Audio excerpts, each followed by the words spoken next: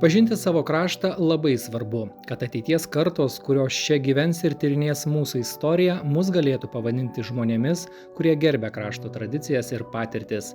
Įsitikinusi metų kultūros žmogaus nominantė, istorikė docentė dr. Silva Pocytė.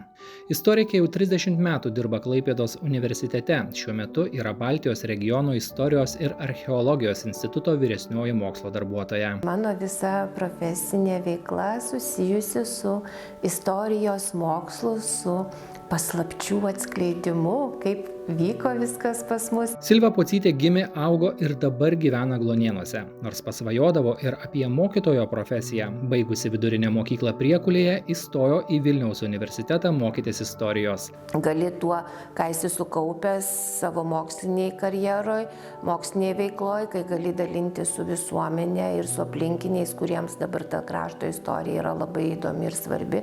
Tai aš manau, čia ir yra turbūt svarbiausias laimėjimas ir svarbiausias darbinės veiklos pasiekimas. Paklausta apie širdžiai mieliausią darbą, kaip vieną tokių istorikė išskiria su Klaipėdos universiteto mokslininkėmis Sigita Kraniauskienė, Rūt Leiserovič ir Irena Šutinienė išleista monografija Klaipėdos kraštas 1955–1960 naujos visuomenės kūrimasis ir jo atspindžiai šeimų istorijose. Už ją mokslininkėms buvo įteikta Glonėnų seniūnijos rašytojos Ievos Simonaitytės vardo premija. Per žmonių istorijas geriausiai galima suguldyti ir suformuoti, papasakoti krašto, kaimo, miesto, parapijos, bendruomenės istoriją. Mokslininkė džiaugiasi, kad puoselėjant krašto istorijos paveldą prie to prisideda tiek Klaipėdos rajone kultūros sferoje dirbantys darbuotojai, tiek seniūnai. Tam daug dėmesio skirta ne tik praėjusiais metais minint Klaipėdos krašto prijungimo prie Lietuvos šimtmetį, bet ir anksčiau nuveikta daug gražių darbų. Doviluose restauruotas siaurojo geležinkelio tiltelis, Priekulės turgaus aikštę papuošė laikrodis stendas.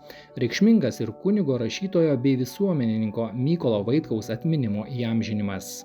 Ir būtent su Vaitkaus vardu, manau, dabar Gargždai tikrai galėtų laimėti labai daug, kuriant savo istorijos paieškas, kuriant savo pasakojimą ir kuriant tam tikrą istorinę tapatumo, tam tikrą tradiciją ir detalę. Pasak Silvos Pocytės, istoriko darbas neretai būna sudėtingas, tačiau džiaugsmą teikia galimybė savo žiniomis pasidalyti su žmonėmis, kurie domisi istorija. Būtent praeityje ir yra mūsų visa stiprybė ir mūsų valstybės ir mūsų kiekvieno iš mūsų šeimos ir giminės istorija.